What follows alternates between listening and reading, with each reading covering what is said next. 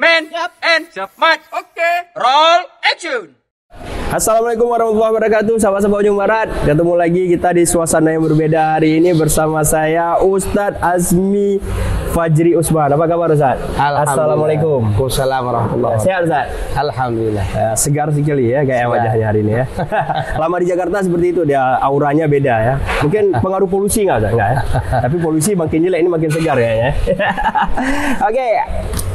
Ustadz Azmi dengan slogan yang kita kenal, guru ngaji jadi DPR RI. Dari mana inspirasinya itu, Ustadz? Apa dari pengalaman sebagai guru ngaji ya? Ya, jadi yang pertama kenapa saya mengambil guru ngaji jadi DPR RI? Karena saya basicnya seorang guru ngaji. Oh. Sejak SMP itu saya sudah jadi guru ngaji. Dan banyak sejarah khususnya di Kota Banda Aceh yang kita buat dari guru ngaji. Salah satunya ada TPA yang hari ini sudah 20 tahun lebih di Masjid Pahlawan. TPA Salah itu saya yang dirikan. Karena perjalanan hidup itu sering dengan mengajar ngaji.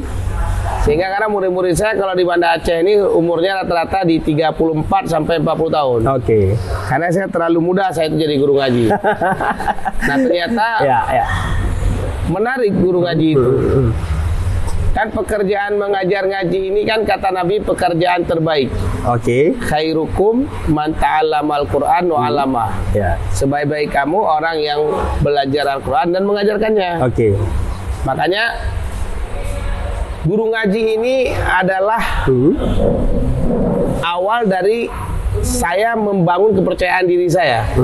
Sebelumnya kurang percaya diri gitu. Kurang percaya kalau saya bilang pengusaha jadi DPR RI kan. Iya.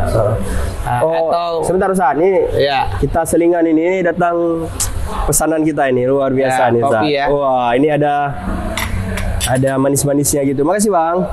Kopi Aceh. Kopi Aceh. Ini khusus hanya ada di Aceh, Sanger. Di Jawa nggak ada nih, di Jakarta nggak ada ya. Saling ngerti Sanger ya. Ya. Gimana Ustaz? Sedap? Mantap.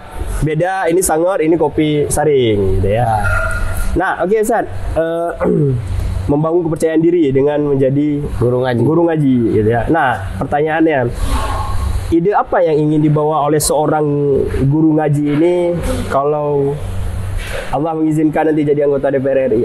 Ide apa sih yang mau dibawa ini? Nah, untuk itu Aceh yang sendiri? menarik. Saya tunggu-tunggu. Karena semua orang ketika saya mempublis diri tentang guru ngaji, orang bertanya, mungkinkah guru ngaji jadi DPR RI? Nah, itu dia.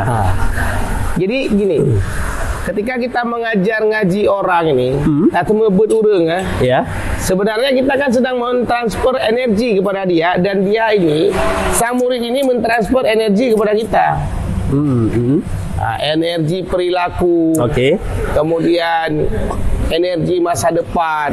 Kan kita tanya sama dia, kamu kalau gede mau jadi apa? Jadi dokter, jadi tentara, jadi pengusaha, banyak jadinya. Jadi itu memberi energi positif, bisa bersifat motivasi, bisa juga bersifat nasihat dari sang anak, bisa juga pernyataan-pernyataan yang dia lepaskan itu kan dia alam bawah sadar ya, tanpa ada unsur lain, itu membuat kita terbentuk satu masa depan. Satu. Yang kedua, anak ini kan punya bapaknya. Nah, pengalaman saya jadi guru ngaji, saya sering diundang oleh anak-anak tokoh ke rumahnya, terjadi diskusi kan dengan bapaknya tokoh. Dulu saya, sekarang saya, dan kini saya.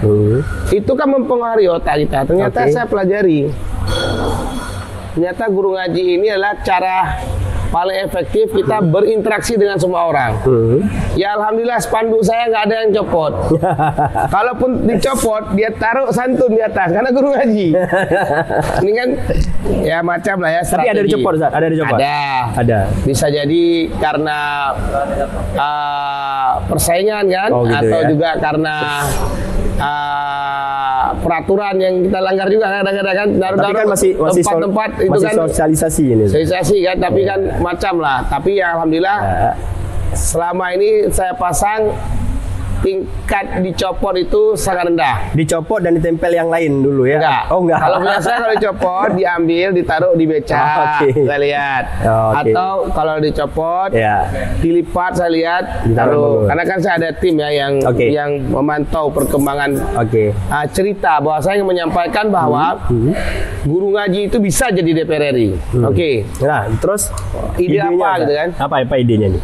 Yang pertama saya ulangi bahwa guru ngaji itu pekerjaan paling mulia. Jadi ketika kita mengerjakan sesuatu yang terbaik, maka yang terjadi itu adalah cara berpikir kita mulai jadi yang terbaik. Contoh, salah satu ide kenapa saya naik DPR RI, saya ingin buktikan sama rakyat Aceh, masyarakat Aceh, bahwa anak-anak muda Aceh ini punya ide-ide yang cemerlang. Contoh, selama ini kan kita ingin hidup dengan bersifat peredaran uang yang berputar di kita. Kalau di kita kan namanya APBK, APBA. Itu kan dominan. Sehingga masyarakat Aceh ini banyak dihidupkan oleh putaran uang yang berputar pada pendapatan belanja daerah Aceh. Jadi itu saja yang berputar. Tetapi di sisi lain kurang. Hampir semua suplai bahan makanan itu berasal dari Sumatera Utara. Betul. Hai Ed Boyte Bipayanainan. Coba cek di Penayung misalnya. Tepung macam lah kebutuhan kita. Padahal orang Sumatera Utara datang ke Aceh beli padi dibawa, diproses, dijual lagi ke kita. Brandnya jadi namanya jadi lain. Ini harus kita kurangi ini, bahwa orang Aceh yang saya pelajari dari kecil juga saya di Aceh, orang Aceh itu kan orang cerdas. Kalau bahasa saya itu bangsa penakluk. Orang Aceh itu bangsa penakluk, Pak. Saya merantau ke Jakarta, saya cuma bilang, ya Allah izinkan saya 1 bulan, setelah itu kutaklukkan Jakarta. Dan alhamdulillah Pak, guru ngaji ini punya murid 12.000 di seluruh Indonesia. 12.000? Dan punya cabang saya 168 cabang. Pengajian saya, ternyata saya berpikir nggak sulit amat mengalahkan Jakarta ini. Jadi orang Aceh bisa. Kita aja melihat Jakarta ini kayak mana gitu, nggak biasa aja. Saya sudah berada di sana. Ya? Nggak lebih dari 3 tahun saya menguasai Jakarta. Tapi dari sisi saya, sisi artinya sisi membangun ide-ide. Saya di sana kan jualan ide, Pak. Ternyata di Jakarta ini ide itu mahal, Pak. Di Aceh orang punya banyak ide, bukan malah dihargai. Malah idenya dikecilkan. Kalau di luar, di pusat ibu kota negara, ide itu dihargai dan jadi duit. Nah ini yang kita, konseptor itu sangat dihargai, benar. Kita bawa ke Aceh bagaimana kita masyarakat Aceh ini menghargai ide dan bagaimana ide itu jadi duit. Nah, makanya saya bilang tadi, ketika guru ngaji jadi DPR RI itu ide, Pak. Bahwa semua guru ngaji yang ada di Aceh, di pesantren, tungku-tungku berhak dan sangat berhak duduk di legislatif dan eksekutif. Oke, kalau gitu apa ide saya? 1. Ide saya yang pertama adalah bagaimana Aceh ini tidak hanya hidup dengan APBA atau PBK. Kita harus mengangkat sektor lain. Jangan hanya misalnya bahwa untuk mendapatkan pendapatan daerah kita, maka yang kita lihat batu bara, tambang emas. Tapi semua isi yang ada di Aceh ini semuanya isinya duit kalau tahu caranya. Gini Pak Ustaz. Ini sebelumnya sudah ada berapa 13 orang ya DPR dari Aceh. Apa mereka selama ini tidak melakukan itu? Saya yakin ada. Tapi sesuatu ide yang mengena itu yang menurut saya perlu kita kaji bersama. Itu menurut Ustadz. Contoh sederhana misalnya. Ustadz, itu menurut Ustadz apakah si parlemen ya atau pemerintah daerahnya? Ya, komunikasi dong antara perwakilan. Ketika DPR RI kan perwakilan rakyat Aceh yang tugasnya mengoptimalkan dana APBN itu. Oke.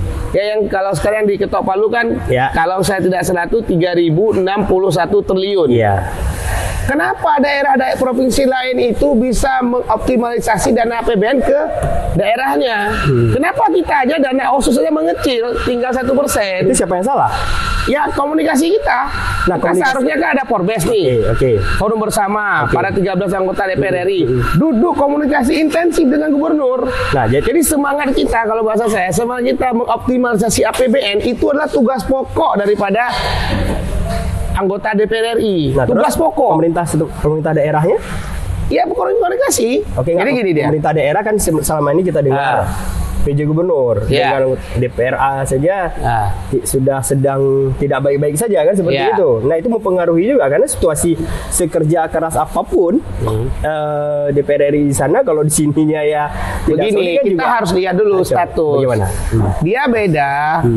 Kepala daerah terpilih dengan PJ, Pak. Oke. PJ itu punya batasan-batasan kerja. Kalau kepala daerah terpilih tidak. Makanya dia pasti bekerja dengan the rule of the game dan the rule of the law yang sudah diatur oleh negara lewat kementeriannya. Jadi itu makanya saya kira dengan adanya pilkada ke depan itu masyarakat betul-betul cari calon gubernur yang benar, Oke. yang tepat. Ini kan PJ cerita, Pak. Ah. Sebelum PJ itu juga sudah berapa lama Berarti juga? itu kan lari kepada tadi kan. Iya, itu tadi. Apa masalahnya? Ya. Menurut saya rakyat Aceh itu, khusus kami nih yang caleg-caleg naik DPR RI dan yang sudah naik, kalau mau naik lagi didudukkan dalam forum-forum seminar. Apa ide Anda? Anda sudah 2 kali nih jadi naik DPR RI, mewakili suara rakyat. Apa ide Anda? Lalu apa? Pertanggungjawabkanlah publik. Saya berani untuk Ada itu, yang 3 Pak. kali, 4 kali bahkan ya? Iya. Oke. Jadi sebagaimana kita sering lihat kan, ya, saya lihatlah di lapangan. Kalau saya yang baru ini kan nggak ada dana pokir, Pak. Ini namanya baru kan, pemain baru, semangat baru. Oke. Mungkin belum selincah pemain lama. Yang kita pakai kan macam-macam lah, pokoknya kalau kayak guru ngaji ya ceramah lah, inilah itu. Tapi kan kalau teman-teman saya kan yang udah naik gampang nih, ada dana pokirnya, dana yang dititipkan yang memang hadiah, lalu masyarakat dikatakan ini dari mereka, nggak ada masalah kan? Ada seperti itu, Pak? Ya kan memang begitu rata-rata mainnya, dana aspirasi, Berarti dana aspirasi dianggap ya sebagai masyarakat bahan kan melihat senjata itu politik juga. Iya, itu udah rahasia umum, Pak. Rahasia umum ya. Mana ada dana perusahaan dia yang dia kasih itu nggak ada, Pak. Makanya saya bilang tadi bagi pemain baru sakit di awal, enaknya di ujung. Kalau yang udah naik itu udah enak di awal, enak juga di ujung. Oh gitu ya. Itu bedanya. Oke. Tapi itu terlepaslah teknik dan tata cara orang teknis merekrut rakyat kan. Betul, Tapi betul. yang ingin saya katakan hari ini adalah khusus ya. Bagi kami yang mencoba mewakili rakyat Aceh untuk mengakses dana APBN, saya sangat ingin hari ini akademisi seperti kampus ya, seperti Unsia, UIN, itu caleg-caleg DPR RI itu didudukkan di kampus, ditanya idenya, ditanya gagasannya. Ratusan orang didudukkan. Itu dibuat seminar. Oke. Lalu masyarakat lihat mahasiswa. Kita begini, Aceh ini terkenal dia dengan dunia pendidikan. Kenapa kampus hari ini tidak membuat itu? Rektor melalui Badan Eksekutif Mahasiswa undang caleg-caleg ini, Pak. Jangan caleg karena diundang tertentu untuk menguasai suara mahasiswa. Jangan begitu. Jadi undang caleg, buat forum resmi di kampus. Panggil semua caleg-caleg yang udah jadi, yang belum jadi. Apa ide Anda? Oke, saling perang ide di situ ya? Iya. Oke. Baru itu maju Aceh, Pak. Jadi gini, saya duduk kemarin dengan beberapa teman-teman. Kita tuh mindsetnya masih mindset APBA, Pak. Oke. Mengelola dana APBA yang cuma 10 sampai katanya kalau kita lihat di media itu 11 triliun malah belanja defisit lagi. Yang itu aja, padahal Aceh bisa dapat lebih dari 10-11 triliun itu lebih, Pak. Kalau tahu caranya. Kayak saya katakan tadi. hari ini saya akui saya dan semua teman-teman lain lagi ya mengejar suara rakyat. Tadi saja saya duduk di kedai kopi, Pak Ustadz, sekarang orang udah turun Ustadz, menawarkan berbagai macam, ada uang transport lah. Nanti pada saat pemilu betul. ya dengan logika judul ya besok pagi kan mau milih kan nggak hanya aja leu belang, tahanan capek nyocok pengen transport itu terserah lah. Tapi hari ini saya tidak melihat ada satu sisi masyarakat itu diajak oleh elit-elit akademisi ya untuk didudukkan narasi apa, ide apa, gagasan Anda apa kalau Anda terpilih dan itu disaksikan oleh rakyat Aceh. Punya bahasa lu ingin sampaikan adalah berlagi referendum lanjut apa kayak tiga khusus yang duduk ke DPR RI, Pak. Seperti menyanyi macam menyanyi. Seperti debat presiden. Iya, dudukin. Berapa orang masa caleg DPR RI kan? Ada 100 sudah dibagi. Tapi dikupas oleh mereka-mereka yang akademisi. Jadi demokrasi itu Pak jadi demokrasi yang berpengetahuan. Ustaz. Solution konkret dari Ustaz. Satu, yang pertama adalah solution konkret dari Ustaz terhadap Aceh sendiri agar tidak tergantung pada APBN dan APBD. Kalau saya ditanya. Yang berbeda dengan caleg lain nih. Ini umpamanya kita sedang adu argumen lah. Ada beberapa caleg lain dan bahkan yang sudah terpilih. Silakan Ustaz. Solusi konkret yang paling mengena. Yang pertama, agar kita tidak tergantung pada pejabat daerah tidak hanya menggantungkan diri cara hidup lewat APBA. Kita punya sumber daya alam. Kita punya alam yang panorama cukup bagus. Kita punya laut yang ikannya paling banyak. Bahkan Thailand pun ngambil ikan dari daerah kita kan. Nah, kalau saya yang pertama, hidupkan semua sumber daya alam. Pihak swasta, pengusaha untuk dilibatkan secara non-nepotisme dalam mengelola APBA itu dulu.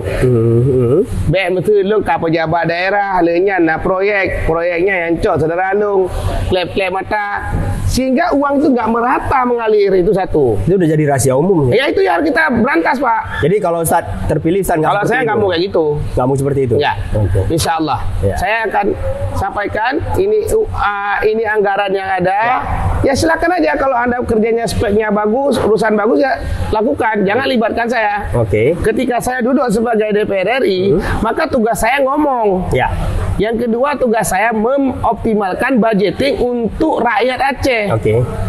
Nah, yang ketiga tugas saya lakukan controlling. Makanya biar bisa melakukan tugas itu, naik DPR RI itu jangan tinggi-tinggi kali budgetnya. Nanti pulang modal kan, sekarang kan beredar tuh. Kalau di Aceh itu pasaran 20 sampai 30 miliar lu jadi anggota DPR RI. Nah, ini kita bantah itu. Jadi kali ini 13 orang yang akan duduk, idenya apa? Maka konkret dari saya, pertama ya untuk anak muda nih, para mahasiswa, ayo undang kami-kami ini ke kampus, debat dia. Kalau cocok dan ada jiwa-jiwa reformasi, jiwa-jiwa demokrasi yang kuat, itu disuruh pilih. Kami nggak sanggup bayar masyarakat karena rakyat nggak bisa dibayar Pak. Harganya mahal. Betul. Nah kita lanjut ke tadi. Yang pertama adalah dengan mengoptimalkan pihak-pihak semua pihak swasta untuk mengoptimalkan APBA. Satu dulu. Yang kedua, hadirkan banyak pengusaha di Aceh dengan meyakinkan dengan keamanannya. Investasi. Contoh. Tapi nanti kalau saya kayak Rempang, Pak. Kejadian Rempang. Ya itu kan Rempang itu kan isunya bukan isu nasional tuh Pak, itu dunia internasional Pak. Gitu. Dia beda cerita tuh Pak. Itu kan berbatasan dengan negara orang kan. Tentu ada kepentingannya Amerika, ada kepentingannya Cina dan negara-negara besar kan. Tapi dulu pernah Pak disingkil itu mau data investasi dari Uni Emirat Arab, Luhut, dan masalahnya apa? Yang saya tahu kalau nggak salah. Ini kita kadang-kadang melayani investasi ini ilmu komunikasi bisa jadi. Orang Arab itu datang, diturunkan kalau saya tidak salah, diturunkan di Banda Aceh, kemudian disuruh naik jalur darat. Orang Arab kan besar-besar, panas badannya. Dia kan mau A, B, C, D. Namanya orang kaya kan. Kenapa nggak turun? Langsung naik helikopter aja, berapalah kita keluarkan uang. Itu kan menurut saya bahasa komunikasi saja. Oke. Pelayanan ya, pelayanan. Jadi maka saya bilang tadi Pak, saya ulangi sekali lagi. Kali ini kita jadikan pemilu ini lahir orang-orang yang punya ide dan gagasan yang kuat untuk Aceh. Saya menantang itu. Bagi yang udah naik dan yang belum, yuk bareng-bareng. Bukan berarti kita hebat nggak hebat. Jadi suara rakyat itu adalah suara nurani. Walaupun itu seperti pegahayan. Bu lagi dia mendum. Begini Pak, di antara sebut merah ada satu semut hitam. Sampai kapan kita begini? Yang membuat kos politik itu terlalu tinggi. Oke, tadi saya belum cerita ide saya. Ide saya pertama optimalisasi APBA dengan melibatkan semua swasta, dan itu diusahakan maksimal tidak dengan nuansa nepotisme. Oke. Semua libatin. Sekarang yang ngerti-ngerti itu kan hanya orang tertentu. Padahal APBA itu adalah uang rakyat yang harus diketahui oleh rakyat. Yang kedua, rakyat harus peduli. Harus tahu APBA itu, Pak. Itu bukan dokumen rahasia, dokumen rakyat. Mahasiswa tahu nggak ini semua cerita ini? Berapa duit untuk Banda Aceh, berapa duit untuk Aceh Besar, berapa duit untuk kabupaten-kabupaten yang ada, dan berapa uang yang dikelola oleh provinsi, kemana larinya uang. Itu menurut saya mahasiswa, pemuda, kebutuhan publik ya. Dokumen APBA itu wajib kita pelajari sama-sama. Kemana larinya? Siapa penerimanya? Terus yang satu. Nah, yang kedua adalah saya punya keinginan besar. Kalau Allah izinkan saya jadi bahagian dari itu, hanya walaupun sebelum ngaji, saya akan meminta negara untuk membuat banyak pelabuhan di Aceh. Toh pelabuhan di sini juga sudah banyak, Pak, tapi tidak optimal saja. Banyakkan pelabuhan karena kita daerah perairan, dekat dengan perairan. Jadi di Sabang buat, di Banda Aceh buat, di pinggiran PD buat, di semua daerah Aceh buat pelabuhan banyak. Pertanyaannya untuk apa kan? Pertanyaan. Tapi kan sekarang udah ada, Pak, problemnya. Sedikit. Saya masih melihat sedikit. Sabang, Banda Aceh. Ya mana pelabuhannya apa, Pak? Kita optimal lah. Jadi gini. Nah itu dia. Kan pelabuhannya ada, tapi banyakkan buat pelabuhan. Kemudian guyurkan dana yang banyak kepada nelayan agar banyak nangkap ikan. Nah itu dia berarti. Jadi kan kalau nggak ada pelabuhan yang banyak kan dia mau berlabuh ke mana? Itu maksud saya. Jadi pelabuhan primer, pelabuhan sekunder, tersier dibuat. Karena kita negara maritim. Masyarakat sekarang hobi ke laut, jangan hobi ke darat lagi. Karena isi laut itu lebih banyak daripada isi darat, Pak. Baik kalian bilang lebih kan. Panen sekian. Kalau ikan bisa dipanen tiap hari, Pak. Kita punya ikan tuna yang bagus banget. Banyak sekali, Pak. Masalahnya selama ini adalah kok kita punya laut, punya sumber daya laut yang luar biasa ini tidak terkelola dengan baik. Padahal di luar sana orang butuh ikan, butuh udang, butuh kepiting, butuh seafood macam. Jadi sekarang ada satu terobosan baru, rakyat Aceh suka ke laut. Tapi orang luar sana banyak butuh itu, tapi orang Aceh cuma satu butuh. Apa? Butuh pekerjaan. Ya tadi pergi ke laut, Pak. Coba lihat kita lihat potensi laut. Saya itu mimpi besar, Pak. Mimpi besar. Bagaimana kalau bahasa saya Kementerian Kelautan ini saya menjadi target saya itu. Jadi buat semua pelabuhan ini yang udah ada gimana, Pak? Jangan cerita masa lalu. Kita mau cerita masa depan. Kalau ide Bapak itu muncul, Bapak terpilih, ide itu kan bisa direalisasikan. Makanya kita akan brainstorming terus gubernurnya. Kalau Prabowo menang juga kan dari Gelora ya. Bisa apa aja? Prabowo menang. Apalagi Gelora bisa jadi menteri kan. Tapi kalau Anies menang gimana? Kalau Anies menang Aceh kan? Ya nggak ada masalah. Nggak ada masalah. Saya tetap bisa bersuara. Gitu. Suara ini kan mulai dibuat dari sekarang. Jadi kalau saya tidak melihat siapa presiden, mau Prabowo, mau Anies, saya melihat dulu di awal adalah apa kebutuhan besar rakyat Aceh. Dan ternyata rakyat Aceh itu banyak yang miskin itu di pesisir laut, Pak. Oke, sebelum kita lanjut ide Bapak tadi, ide Ustaz tadi. Jangan sampai daerah kelautan menjadi sebuah daerah sumber tempat penyaluran narkoba, bahaya itu. Ya, saya sepakat. Jadi sebelum kita lanjut ke ide Ustaz tadi, kan tadi singgung presiden nih. Nah, walaupun kita tahu Gelora sudah deklarasinya ke Prabowo, Ya. dan kita juga tahu mayoritas orang Aceh kemana arahnya. Nah, Ya. Ustaz sendiri cara pribadi kemana? Saya Prabowo. Prabowo, oke. Ya. Nggak mungkin lah saya pesan. Itu bukan hanya depan kamera ya? Enggak. Oh, enggak. Nggak mungkin itu, Pak. Nggak mungkin. Oke. Melanggar aturan. Ya, Iya kan? Oke, betul. Jangan gara-gara ini. Jangan gara-gara saya ke Prabowo lalu melihatnya Betul. berubah, tidak. Iya. Kita lihat dulu Solo-nya pergi ke Aceh. Iya. oke, Justru oke. mau siapapun presidennya, kalau Solo-nya ini tidak bergerak untuk sesuatu terobosan yang baru kepada masyarakat, ini bahaya, Pak. Negara ini kayak begini. Itu yang saya bilang tadi. Apa ide Anda? Kalau ide saya optimalisasi laut. Itu akan saya kerjakan. Kalaupun nggak jadi DPR RI, nggak boleh bilang jadi, harus jadi. Setelah jadi DPR RI, jadi gubernur pun, saya urusannya dengan laut. Oke. Kenapa? Saya sangat terinspirasi dengan Malahayati. Oke. Orang perempuan yang satu ini nomor 1 di dunia, Pak, jenderal laut. Itu ada di Aceh. Berarti Allah beri kita satu inspirasi. Tingkat orang perempuan aja optimalisasi yang pertama tuh laut. Jadi selama ini menurut Ustaz tidak ada optimalisasi pemerintah selama Contoh, ini. kita begitu banyak ikan. Terkenal nggak Aceh sebagai ekspor ikan tuna terbanyak? Enggak, Pak. Itu yang kemarin baru diekspor oleh yang Enggak, lepasan Pak. oleh PJ Gubernur di Lampulo Sedikit. itu ke Jepang. Mindset kita kalau dia seperti Arun, Pak, itu mindset. Jadi kita harus bicara super power. Contoh, kenapa waktu ngambil gas di Arun tuh kayak kapal tanker kan? Iya. Datang ke lo semuanya. Sekarang bagaimana caranya? Kita undang rumah orang asing beli ikan di kita, bawanya kapal tanker. Itu baru Aceh. Aceh itu, Pak, orang-orang yang lahir super power, Pak. Giteri mentah item belum tahu. Itu mental. Makanya orang Aceh kalau dibawa cerita masa lalu dia naik. Nah, ketika naik spiritnya, inilah kita isi. Oke. Saya makanya cerita tadi kan, kenapa laut? Oke. Karena daratan tadi, Pak, udah dari sawah, karena tata kota yang tidak kuat, kanun perda dan lain sebagainya, itu tidak kuat. Akhirnya dari tempat zona sawah berubah jadi zona toko. Ya. Ya kan? Pegunungan yang hutan lindung karena Sawit. ada tambang disikat juga. Jadi sawit. Ya. Yuk kita main di laut. Dan saya udah lihat kalau laut Aceh nih.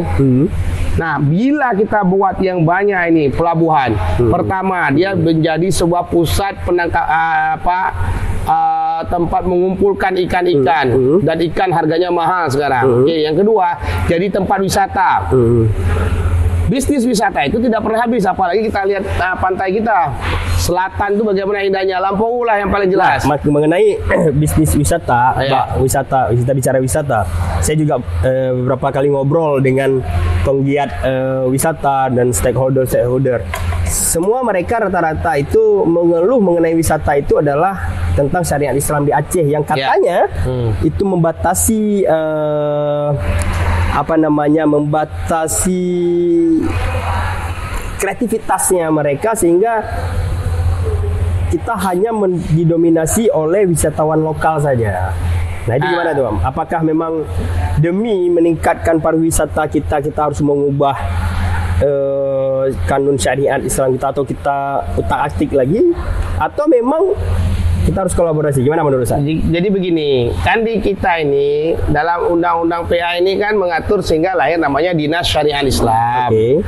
Jadi pemahaman, jadi optimalisasi bagaimana mensukseskan syariat Islam ini sudah diwadahi oleh satu dinas. Seharusnya dinas ini yang bekerja optimal tentang makna syariat Islam di Aceh. Mana makna adat, mana syariat. Oke. Jadi mana boleh nggak boleh.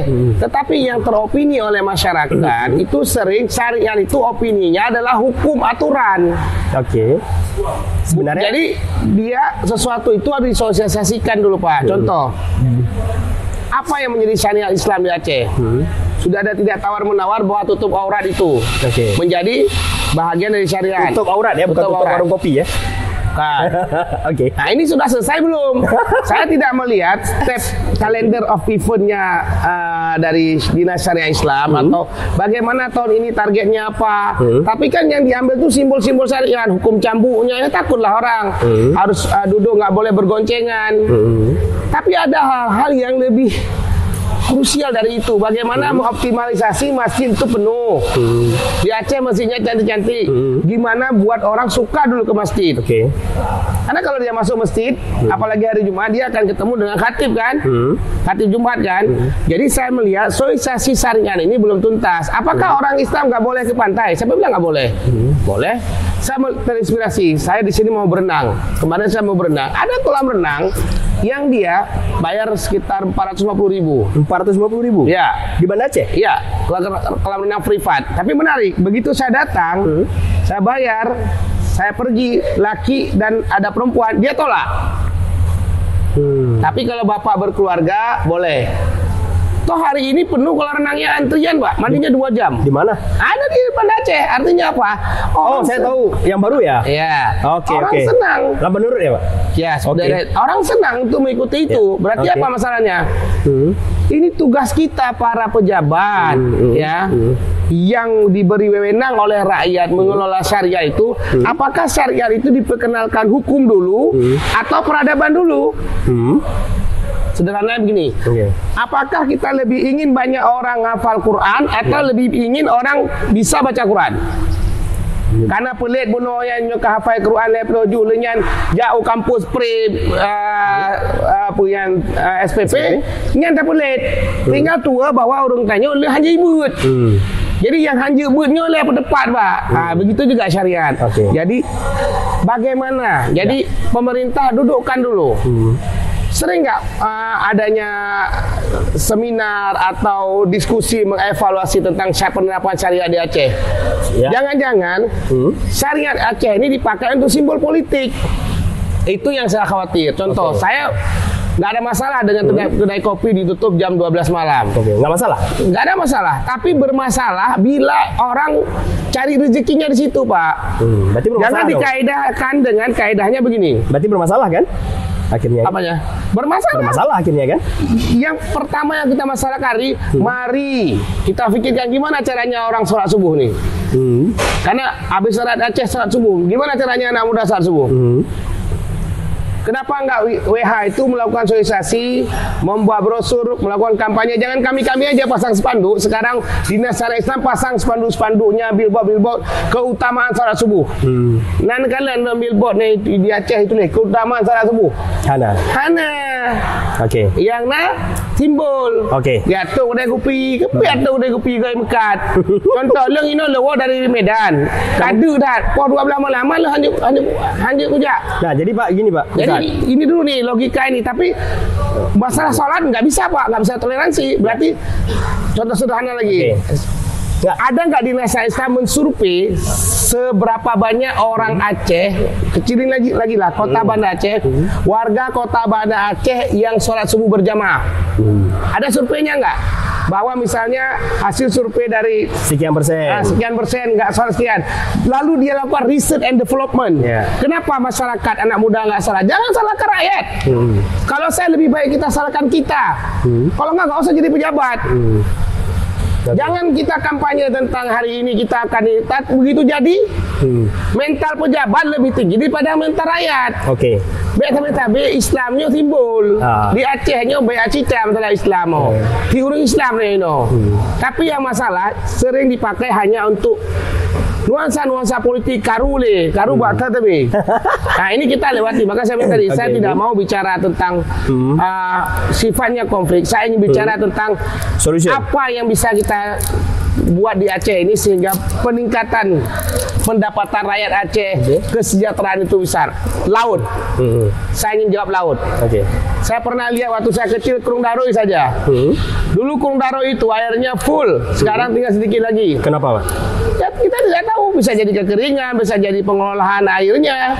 Padahal itu aja kalau dibuat itu kita bisa buat Banda Aceh itu menjadi water town, kota air. Tapu'e balik dan tapu'e balik sejarah.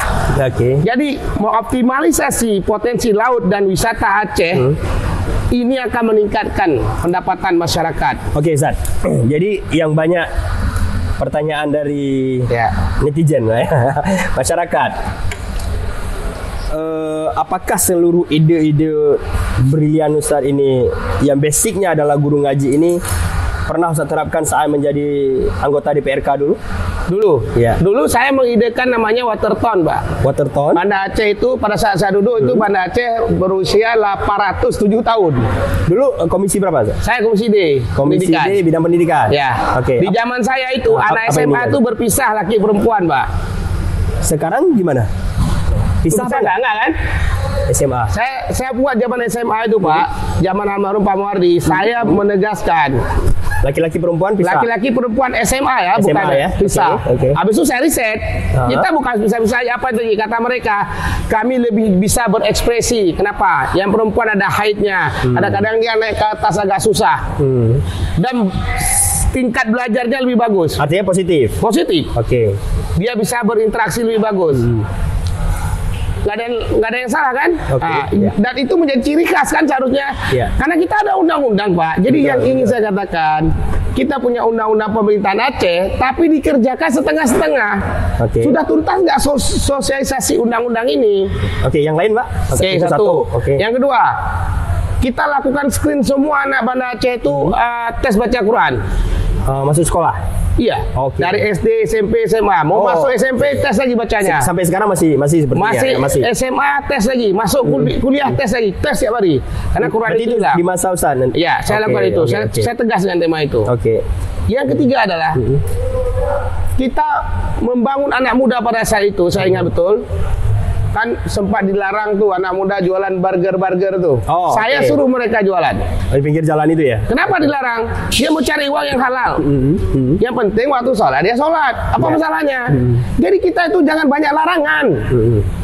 Aceh ini negara, maaf, saya mengatakan Aceh ini adalah provinsi yang punya kenyamanan dan keteraturan. Banyak kedai kopi salah. Iya. Banyak masjid diprotes jamaahnya dikit. Jadi kita gini, jangan hidup dengan kesalahan terus. Cari solusi. Berarti saat itu orang-orang jual burger dan sebagainya ditutup. Disuruh tutup. Karena katanya ya mengurangi tatanan kota. Emang. Kemudian Ustadz kebuka lagi. Saya suruh anak muda jualan. Tapi Ulili ditutup. Ya, makanya aturan tidak jelas. Menurut saya biarin dia jualan-jualan. Yang penting dia sholat, dia jaga. Masa itu kan Ulili ditutup, Ustaz. Apanya? Ulili, pantai Ulili itu. Ya kan lagi perbaikan. Kan dulu kan lagi perbaikan tuh, bendungan semuanya lagi diperbaiki. Saat itu ya. Kalau sekarang kan udah cantik. Menurut saya Ulili itu jualan cuma teratur. Pemerintah datang. Kalau misalnya bangunannya atau bangunan kiosnya kurang bagus, datanglah di branding sedikit. Emang pemerintah nggak ada dinas tata kota, nggak ada cara membranding kota. Sebenarnya ini pada ide dan gagasan, Pak. Jadi jangan biarkan anak muda di Aceh ini dia nggak tahu kerjanya kemana, dan jangan salahkan dia ke kedai kopi. Bisa jadi dia ke kedai kopi karena dia nggak sanggup sewa toko, dia buatlah tempat kerja di kedai kopi. Yang penting dia sholat. Pak. Itu kita berbicara mengenai ide solution tadi tentang Aceh, Ustaz. Kemudian solution konkret apa untuk mengenai agar income per kapita terutama anak-anak muda yang baru lulus kuliah dan sebagainya ini, agar mereka tidak tergantung lagi pada konsepnya itu menyokan PNS kan buat. Jawabannya sederhana itu kan menjadi mindset masyarakat Aceh, kalau bukan PNS bukan kerja. Mamak tuan gak ada. Nggak ada yang salah dengan mindset itu. Karena tidak ada salah itu. Masyarakat kita masih hidup dengan APBA. Nggak ada masalah hidup dengan APBA. Sekarang mulai saat ini kampus itu juga berhak mengkritisi APBA dulu. Jadi itu menjadi mata kuliah. Di anak kampus dari semester 1 dia ngerti tentang APBA.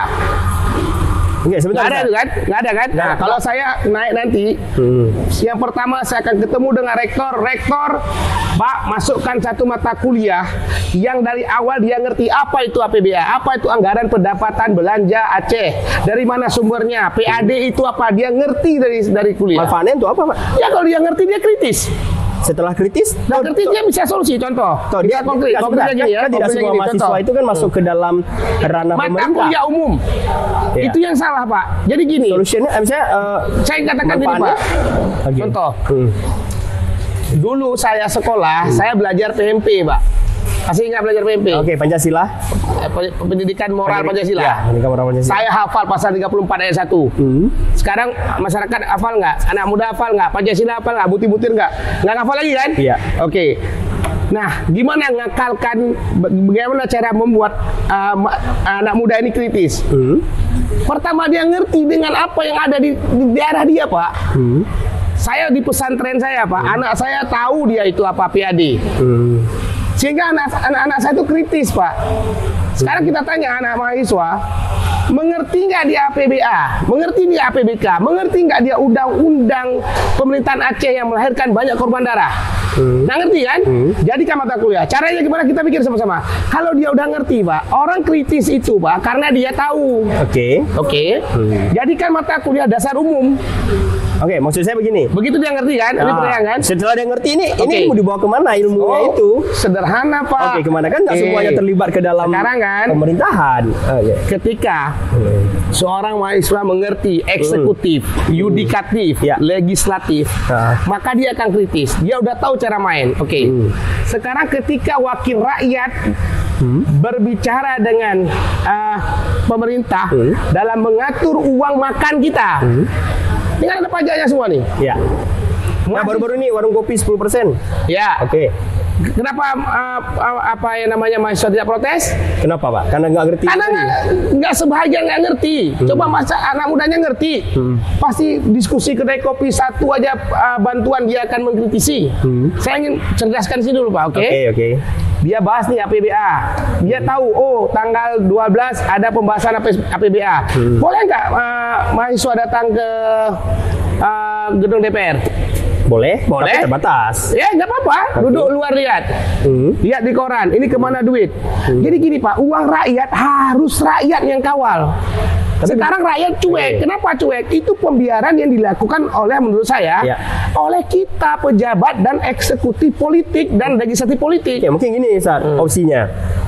Opsinya ada dua, memperhatikan APBA atau memperhatikan perut agar kenyang. Ini kan dua persepsi yang... Kenapa itu terjadi? Nah, mendingan si masyarakat dan mahasiswa mungkin apalagi yang mau selesai, dia pikirkan bagaimana saya cepat selesai, saya dapat pekerjaan. Itu tadi ya, APBA ini ya itu tadi, Pak. Ini lain. Generasi kayak gini kita potong.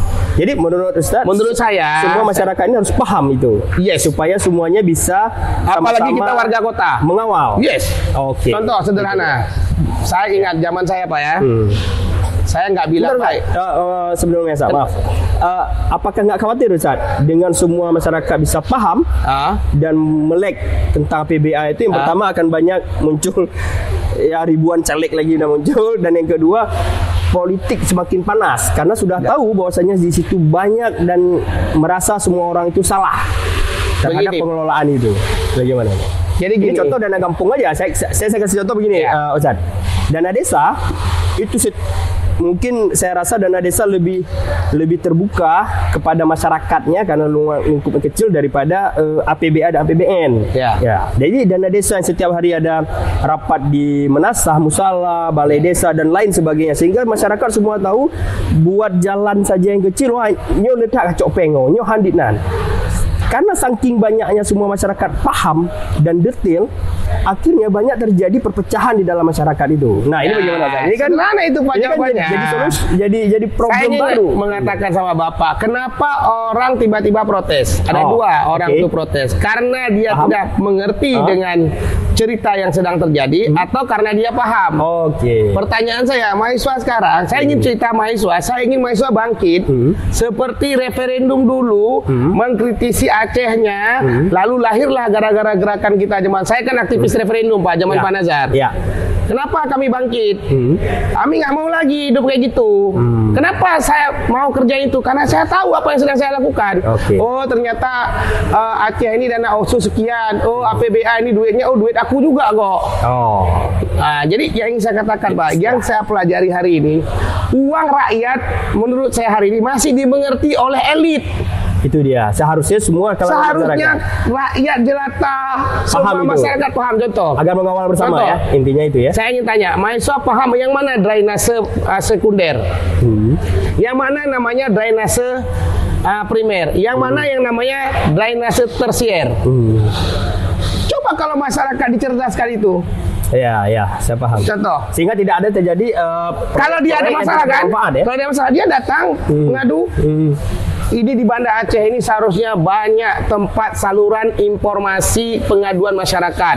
Harusnya seperti itu. Ya, tapi ada dibuat, tapi tidak mendorong orang proaktif. Gini Pak, APBK itu uang rakyat. Ya.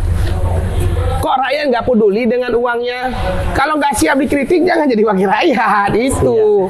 Hari ini nyembah kita sama masyarakat. Saya kan juga nyembah nih. Datang minta suara masyarakat, minta. Kalau nggak, politik uang akan terus mendominasi di negeri kita. Payah maju deh yo. Betul. Jadi saya lupa. Menyolong malah anak mit 15 tahun kamu pom APBA, kamu pom APBK, kamu pom aturan undang-undang. Benar Zat. Jadi gini Zat. Saya mengutip dari, saya lupa namanya, orang Eropa itu, dia bilang seandainya seluruh masyarakat paham tentang anggaran negara seperti mereka paham permainan sepak bola saat mereka datang ke stadion, maka mereka semua itu bisa mengawal keuangan negara ini seperti mereka mengkritisi pemain tim kesukaannya itu di lapangan. Benar ya? Makanya semuanya seharusnya harus paham. Maka saya ulangi, saya boleh jadi guru ngaji, tapi urusan masalah masyarakat saya siap adu ide gagasan. Maka saya katakan tadi, kenapa saya mengidekan laut, optimalisasi laut? Kenapa saya ingin memperjuangkan banyaknya pelabuhan? Karena saya tahu orang Aceh itu tangguh Pak, pinggiran laut itu. Coba ikan-ikan kita sekarang ada dibuat sarden-sarden di Aceh. Kasih regulasi yang jelas, jangan ribut masalah gas terus. Lalu tak pegah garun hanale, nyoje melale kepunya ino. Epai bidai laut ko jain ke deh. Sekarang beras naik. Masyarakat ino yumlangu bujago. Oke. Jadi kalau gitu langkah konkretnya apa? Kalau saya yang pertama ketika jadi adalah saya harus memperjuangkan dana otsus ini kembali kepada haknya rakyat Aceh. Kasih dong ide sama negara, kasih ide-ide apa yang kita perjuangkan sama si presiden ini. Kalau perlu 13 orang boykot. Menyokah anak kajo peng kamu Aceh kan, ya sebagai daerah istimewa, kamu boykot. Zat. Boykot apa? Kakak punya menang kamu, ke lagi maju. Dan bukan lain kata kunci undang. Kamu belah roy pilih rakyat. Ujak kena kamu tugas kamu menggiring sebanyak-banyaknya dana APBN itu masuk ke dalam APBA. Yang tugas Pak, itu tugas. Kan dana pokir deh ame deh aja dah begahro tu mandung urang punya legang deh begahronya mentang tapi lu lagi urang baru hanjut. Itu harus diadili oleh masyarakat. Jadi Ustaz optimis kampus itu menjadi 13 saya ulangi orang lagi, kampus ada rektor, 2 rektor, panggil kami. Jadi kita bukan solusinya demo terus. Jadi presiden mahasiswa UIN, presiden mahasiswa Unsia, panggil kami yang mau naik, seminarkan. Uji. PJ Gubernur kasih anggaran tuh ke kampus, uji kelayakan.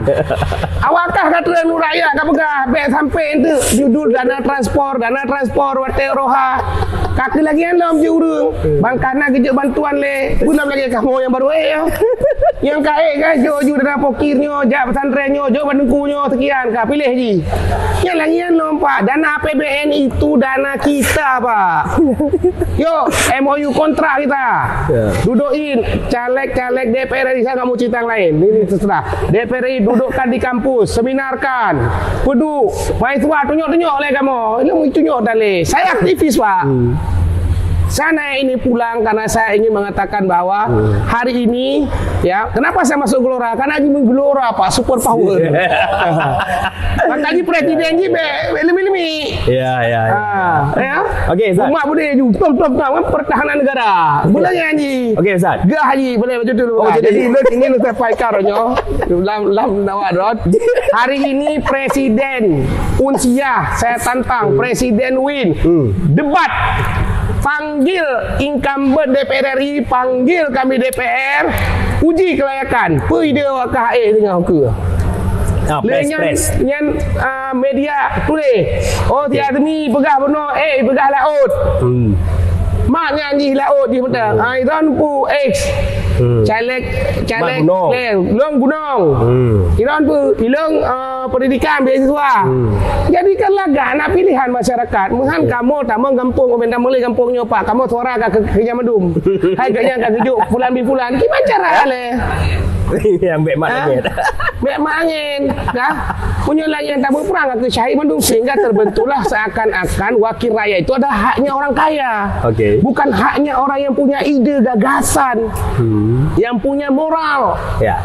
Saya ngomong karena saya pernah jadi DPR, Pak. Ya. Saya dalam forum ini berani cek berapa kali saya SPPD selama 5 tahun. Berapa kali, Pak? Setahun 2 kali, 1 kali. Pun nggak ngerti pun saya itu. Saya kan anggota Dewan termuda, Pak. 25 tahun ya? 24 tahun. 24 tahun. Tapi yang ingin saya katakan hari ini, saya ingin sekali para akademisi ini melakukan satu seminar atau diundanglah caleg-caleg ini. Adu gagasan. Okay, lalu gagasan. Yang kedua, bukan cerita baik nggak baik. Buat para caleg DPR ini kumpul bersama. Perjuangkan Aceh. Menyenangkan apa gitu? Coba Don.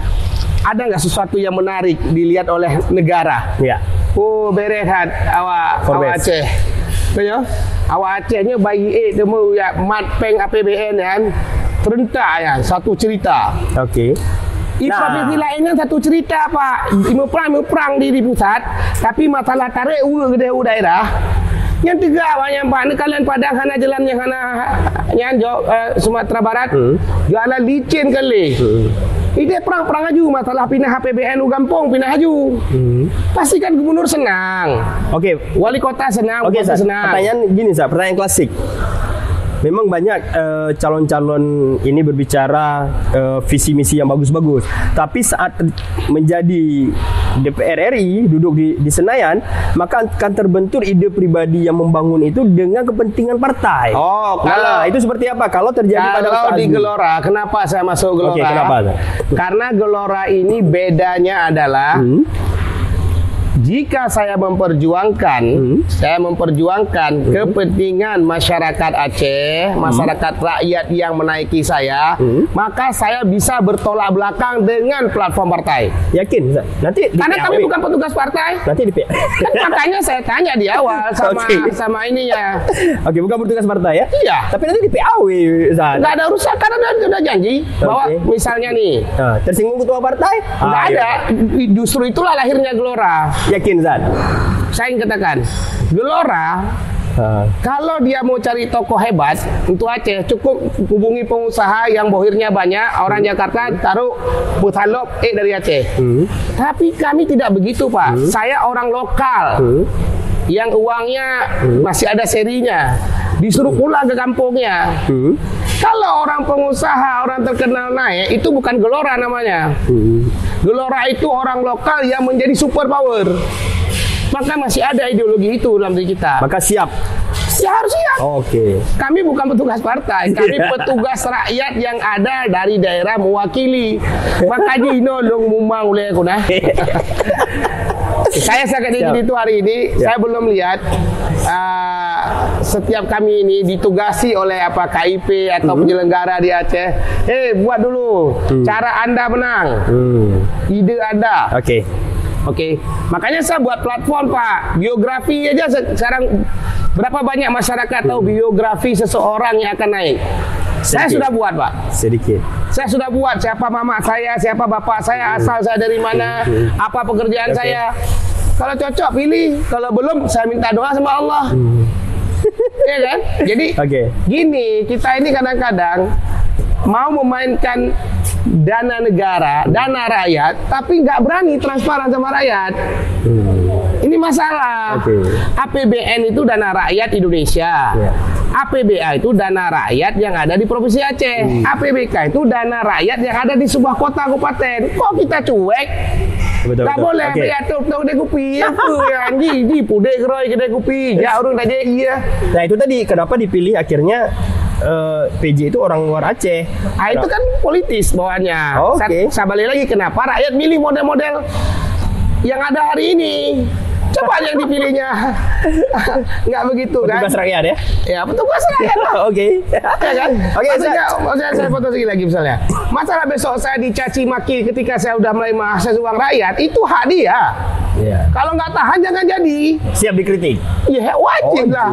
Hai tinggal long je ke DPR RI Yang penting back plung, yang penting back plung. Back plung. Back plung. Jadi waktu tinggal long je bang banjir tinggal peng mana lu long gaji DPR RI peng rakyat. Okey. Tanya kerja SPPD dalam negeri luar negeri peng rakyat. Ya. Masa yang berani makan uang rakyat nggak berani ketemu dengan rakyat. Ya. Tapi rakyat yang santun itulah demokrasi Ya. Pak. Makanya saya Betul. bilang tadi. Ide kedua saya adalah hari ini melakukan pembelajaran politik sejak dini kepada rakyat Aceh, terutama kepada pemuda, kepada mahasiswa kampus. Semua kampus mata kuliah dasarnya adalah ngerti tentang ketatanegaraan, bukan hanya milik anak hukum. Ngerti tentang APBN, ngerti tentang APBD, ngerti tentang APBA. Sekarang saya tanya, coba survei mahasiswa, berapa ketok palu kemarin APBA Aceh? Tahu nggak dia defisit? Oh, uang kita ternyata hanya 10 triliun sampai mencapai 11 triliun. Berapa outsource kita? Ya. Coba disurvei, pengetahuan ini ngerti nggak? Coba kalau dia ngerti, kita ceritakan dari A sampai Z sama semua masyarakat. Dicah masyarakat. Ketika dicah, ada salurannya. Ya. Salurannya wakil rakyat, ya demo wakil rakyat, ya pegah bawa wakil rakyat. Tinggal wakil rakyat nabut, bela euro pokir. Oke, Pak. Ustaz, Jelas. nggak terasa kita udah sejam lebih nih, Ustaz. Ya, nggak terasa udah sejam lebih. Ya, tadi targetnya jangan lupa. hanya 30 menit ya tadi targetnya ya.